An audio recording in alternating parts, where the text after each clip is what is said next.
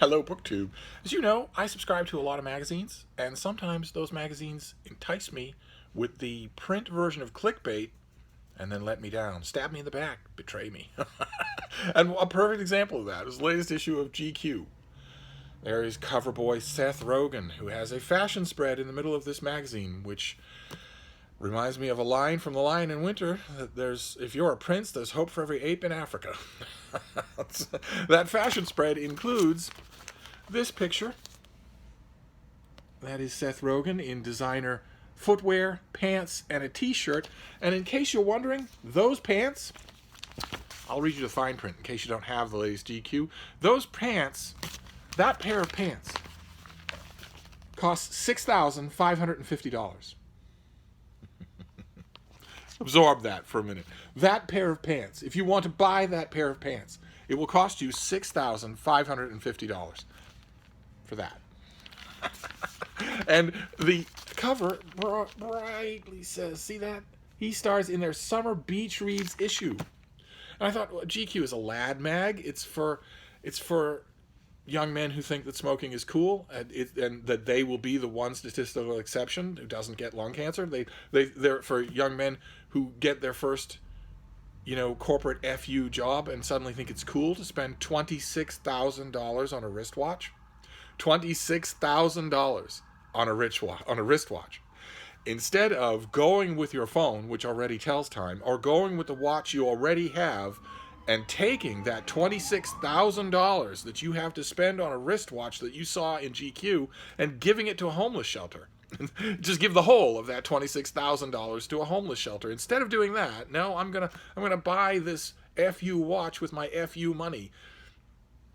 GQ is usually for that. It's got usually has one or two really good meaty articles in the back of the issue, things that they've paid a top dollar for and that are usually really good. This issue sadly has no such article. But I thought, wow, well, okay, if the editors of GQ are very smart people, they're pandering to their audience when they put together some of that loathsome consumerist, just raising excessive consumerism to a fetish level. $6,550 for a pair of pants, $26,000 for a wristwatch, $4,570 for a bike helmet. They do that, yes, but that's because that's what sells their magazine. But they're probably very literate young men. So I was immediately intrigued. I thought, Summer Beach Reads, absolutely. But it's a lie. It's a lie. that cover blurb refers to four of their feature pieces in this issue, all of which are, hey, Mike Tyson's opening a marijuana shop, or isn't marijuana cool, or hey, here's another article on how marijuana is cool, or here are some nuns, but they actually steal from casinos. It's just dude bro feature writing. I'm sure that the authors did a good job. I'm not going to read any of the pieces. I hope the authors got well paid, but the idea of Summer Beach Reads was that you take this issue with you to the beach and you read those articles, which is not what I think of nor what anyone else thinks of when they see Summer Beach Reads. So I thought, in case you were in the same position and got suckered in by that lie, I thought I would give you some Summer Beach Reads of my own. So we're going to go through 10 books that you can read this summer, that you can bring to the beach, and we'll try to cover a wide variety. And we're going to start not with a new book like you would expect on this channel, but with an older book, an oldie but a goodie, and that is Lonesome Dove by Larry McMurtry. Big thick thing, take you all summer to read, although it's not going to, because we're going to do a read along of Lonesome Dove in July. The whole thing in July. We're going to break it up into quarters and read it in the month of July, and it's terrific. It is an American classic. So if that were on GQ's list, I would have been happy. But it's on ours. So that is Summer Beach Read number 1. And Summer Beach Read number 2, what would Summer Beach Reads be without a shark book? The sharks just made the news here in America, in North Carolina, I think. A young girl just, paddling out in the water on a summer beach with her friends, and a shark attacked her and bit her leg off. Right there in broad daylight, 1 o'clock in the afternoon. But fictional shark stories don't have any fatalities except your IQ. And this is something we've seen on this channel before. This is Chris Jameson. This is Shark Beach, which has brainless spring breakers, all of whom you're going to want to see end up as shark food, and a hapless family full of children that simply cannot seem to stay out of the water. Shark stories have a very easy repellent. It's not that you swim at the right time, it's that you stay out of the ocean. But no, do people ever do that? No. It also has a secret military institute and a rampaging hurricane, and you add all those things together, it's a terrific beach read. This next beach read, in case you start to feel optimistic about your time on Earth, this is End Times by Brian Walsh. And this is yet another book. We've seen a couple this year. This is yet another book that runs through all the existential threats to life on Earth. Let me read you a bit here. And I don't know that we've seen this. Oh God, look at all this stuff. This is End Times. What better thing to read at the beach? The threat of human extinction has always hung above us, but recent events have driven the reality of that fear home as never before. Will there be an incoming asteroid to do to us what an earlier strike did to the dinosaurs? The answer to that question is yes. It's just a question of when and well, no, it's actually just a question of when. Will climate change make the world uncomfortable or end it altogether? Will powerful artificial intelligence run the world into a paradise or make humans obsolete? And climate change will not end the world, but it will change it completely. The world's gone through radical climate change before. It'll be a boon of opportunity to some species and the end of some others. But this comes out, I think, in July. No, this comes out in August. This comes out right at the end of August. So your summer will be ending when you get to this beach read. But you'll be in a perfect position. If your summer's ending, you'll be in a perfect position to read about the end of everything. And then this thing, I think this next one comes out in July. I don't know that I have a sheet for it. Oh, no, I do. When does this come out? This could be another August book. If maybe the pub sheet will tell me. No, this comes out in late June. And this is a graphic novel adaptation of Artemis Fowl. And it's really good. It's full color, and it's really evocatively done. Look at that. It's really evocatively done. I have never been a big fan of the Artemis Fowl books, but I love this graphic novel. There you go. I mean, one of the signature descriptors of summer reads that we always use is that it should be a little bit low on the IQ. I've never really agreed with that. A lot of the people that I know who read during the summer are perfectly happy to take War and Peace to the beach. But if you're in the mood to take a little break, this is certainly a neat way to do it. Then this next one is fiction. It's literary fiction. And when I say literary fiction, in this case, I mean fiction about literature, about the literary world. It comes out in early July, and I read it, and it is terrific. It's Karen Duquesne. It's The Last Book Party. And let me see if I can... Okay, I've got a million blurbs here from people. Let's see. Okay. It's The Last Book Party. Karen Duquesne danced around writing fiction for decades. Now 56, she has an editorial secretary at Little Brown. She was an editorial secretary at Little Brown and an assistant at a literary agency in the 1980s, a time when manuscripts still came in over the transom. They largely don't anymore. Now you need to go through hoops of Olympic proportions just to get an agent. Finally, she accepted the idea that writing fiction is not so much magic as it is hard work, and she hunkered down to write her debut novel, and good for her, because that's absolutely true. You don't think, well, if I ever get the time, if a big long summer, for instance, opens up on that, the beach house, then I'll finally get a chance at the leisure to write my novel. Novels don't come from leisure. They are yanked out of you by hammer and tongs in the small hours, as a certain author said. In the summer of 1987, 25-year-old Eve Rosen is an aspiring writer languishing in a low-level assistant job, unable to shake the shadow of growing up with her brilliant brother Danny. With her professional ambitions floundering, Eve jumps at the chance to attend an early summer gathering at the Cape Cod home of famed New Yorker writer Henry Gray and his poet wife Tilly. Dazzled by the guests and her burgeoning crush on the host's artistic son, Eve lands a new job as Henry Gray's research assistant and an invitation to Henry and Tilly's exclusive end-of-summer book party, where attendees dress as literary characters. But by the night of the party, Eve discovers uncomfortable truths about her summer entanglements and understands that the literary world she so desperately wanted to be a part of is not all that it seems. And this reminded me, I loved it. I thought it was fantastic. And it reminded me, there was a book, I'm totally going to blank on the details. Three Martini Lunch was the name of the book. I don't remember the author's name, and I don't remember when it came out. It must have been in the last 3 years. And it also was about the literary world. And this reminded me of that because they're both fantastic to read. And you're going to wonder, there's all sorts of literary and bookish talk heavily littered throughout the book. So that'll carry you along even when the plot fails. And the plot really doesn't fail. It's a little bit on the predictable side, but it doesn't really fail. It's a wonderful book. Then if you're still looking for summer reads, and GQ has disappointed you, Seth Rogen and his $7,000 pants have disappointed you, what about this big thing? This comes out in early July, so you could lug it around all summer if you wanted to. Look at this. This is what it's going to look like. This is the big book of classic fantasy. A huge thing that has just... It's just... Oh, let me see if I can show you. Yeah. There. Oh, look at that. They include Goblin Market by Christina Rossetti, a poem. This is all just classic high fantasy, and it includes everything. Everybody is in here, and it's I don't know if you could see that.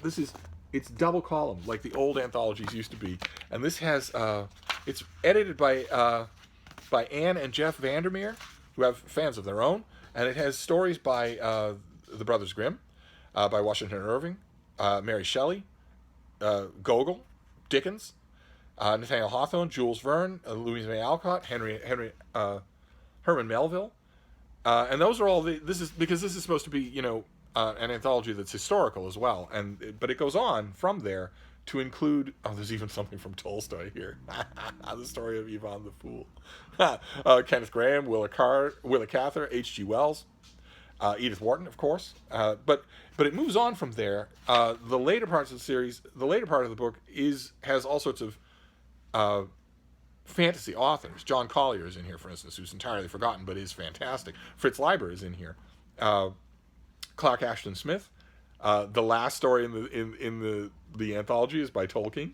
Leaf by Niggle. But there's also a Lord Dunsany story in here as well, if I remember correctly. Boy, and the authors have done their work, because a lot of the authors in here, Robert E. Howard is in here. The Hoard of the Gibelins by Lord Dunsany is in here, and also Edgar Rice Burroughs, L. Frank Baum. The authors have done their work, because a lot of some of the authors in this book will not be familiar to you. So if you like high fantasy and you want to know, especially its history, you've got this big, huge thing. It'll be coming out, I think, in hardcover. No, it's listed here on this book as coming out in trade paperback on the 2nd of July. But a lot of times these will come out in hardcover and paperback simultaneously. But one way or another, either way, just get a big paperback and knock the crap out of it all summer long. There's the next one. If we're going to have sharks for my summer beach reads, then we're going to have Bigfoot. And believe it or not, I finally lived long enough to see a genuinely good Bigfoot book come out. A Bigfoot book that isn't just good as a Bigfoot book, but that is good as a book. So you could hand it to somebody and say, this is really well done. This is really well done. This is really well written. Meditation on this is In the Valley of the Noble Beyond. This is by John Zada, and the subtitle is The Search for Sasquatch.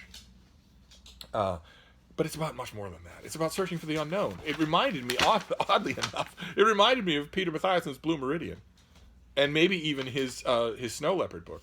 It reminded me of that, even though in this case the quarry has never been laid out on a bench at the Natural History Museum. The quarry, if it exists, has never yet been caught. But let's see here. Often called the Amazon of the North, the Great Bear Rainforest stretches for more than 250 miles along the central and northern coast of British Columbia. In other words, prime Sasquatch territory.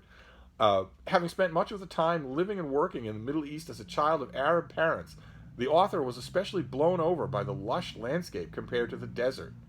And in this large temperate rainforest, he encounters the white Kermode bear or spirit bear, enormous grizzlies, mountain goats, and cougars, and maybe the Sasquatch. Rather than brushing up on the latest tourist attractions for his assignment, Zada found himself entranced by local stories featuring a monstrous two-legged creature with a blood-curdling cry and a lingering stench. He knew he had to go back. And this is that. This is his story of not just his own hunt for Sasquatch, but lots of other people's hunt for Sasquatch, and also a wonderful portrait of this gigantic ecosystem.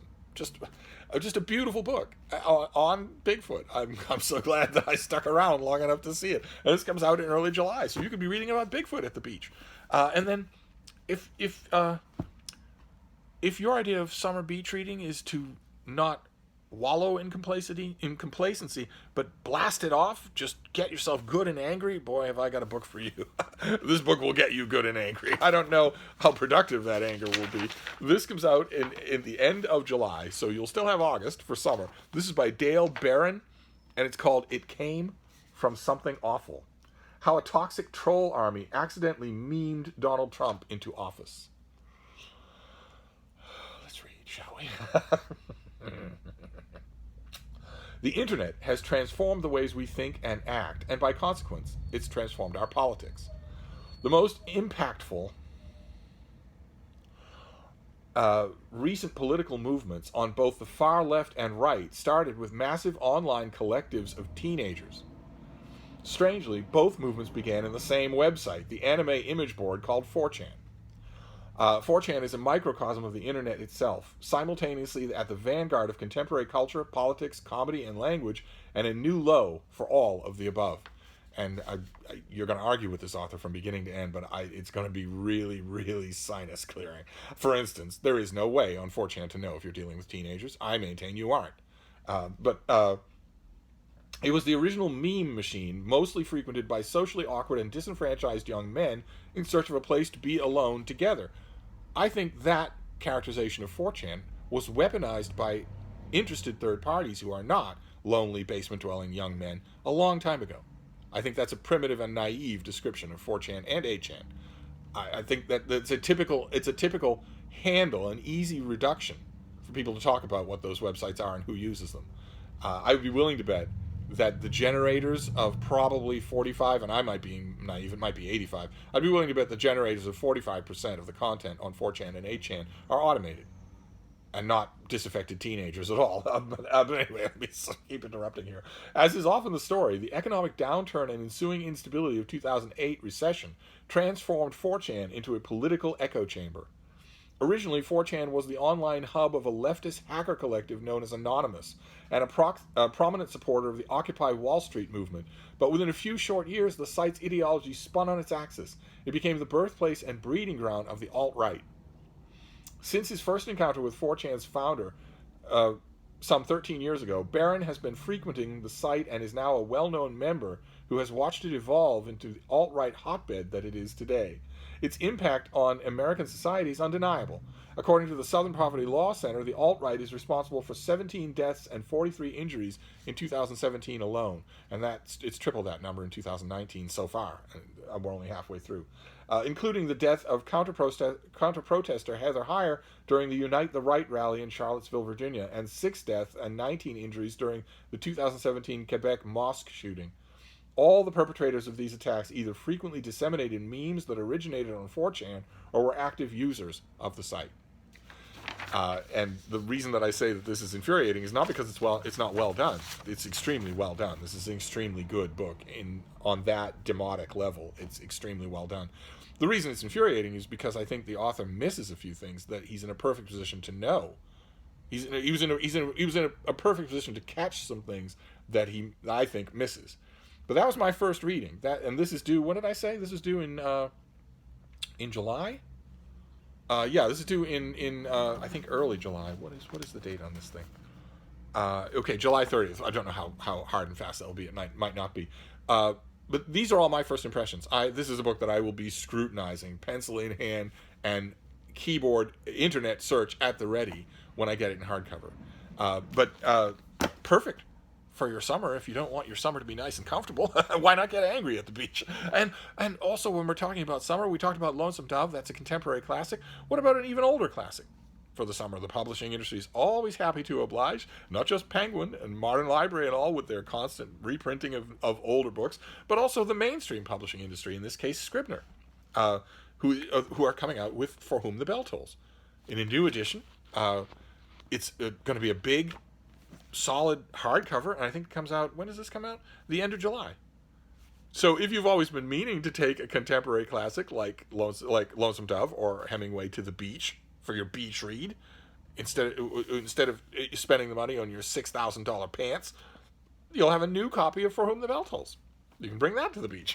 And the last thing we'll do for our 10 beach reads is a historical novel. I have read it, and it is so good. It is so juicy. It is by Beatrice Williams, and it is The Golden Hour. And it's going to be her new book. This comes out, this is another July release. This comes out, do I have an exact date for this? An exact date would be nice. I think this comes out in early July. Yes, July 9th is the date that's given, but I don't think it'll be hard and fast thing. So you can probably see it earlier in July if your bookstore is on the stick. And this is about the Duke and Duchess of Windsor. This is about the man who was King Edward VIII of England until he abdicated to marry the twice divorced American adventuress Wallis Warfield Simpson. And once he abdicated, he couldn't be in England. You can't have two kings in England at the same time. So something had to be done about him, to use his own phrase.